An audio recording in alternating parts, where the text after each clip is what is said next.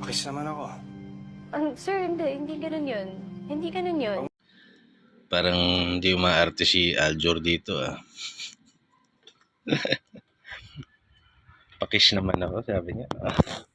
Libre naman kita ng dinner, pakis naman ako. Pero mga kapatid, mas makapal ang mukha ako dyan nung araw.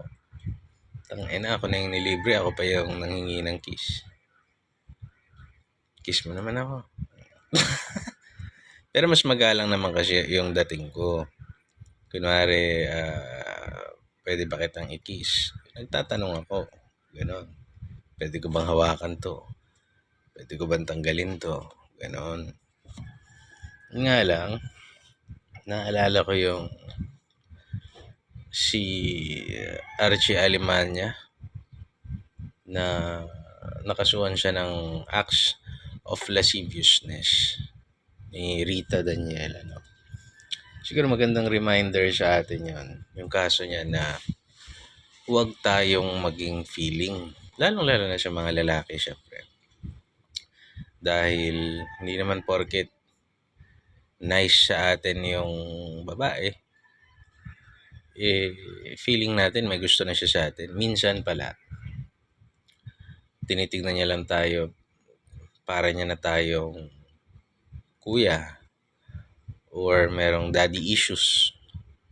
Huwag mo nang samantalahin yun. Mabait lang siya sa'yo kasi tingin niya katiwa-tiwala ka, tapos bigla kang manghahalik.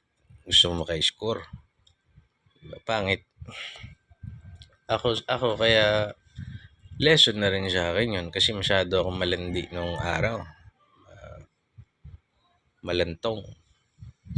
At dahil sa merong mga panahon na nakukuha ko lagi yung gusto ko, parang hindi mo na matanggap minsan pag nakukuha mo lagi yung gusto mo, darating ka sa punto na parang hindi mo na matanggap na may tatanggi sa'yo. Mindset ng kurakot yun mindset ng parang akala mo ano ka, akala mo kung sino ka, akala mo ikaw ay heavenly gift sa mga kababaihan. So ano yun, it's a lesson na kumbaga wag bigyan ng mali siya yung mga bagay-bagay. Pasalamat ka na lang, nice siya sa'yo. Pasalamat ka na lang, mabuti siya sa'yo. Kaya ako, naging practice ko, turing ko na lang na kapatid lahat. Turing ko na lang na kuya ako nito, ganun. O kaya tatay ako nito, ganun.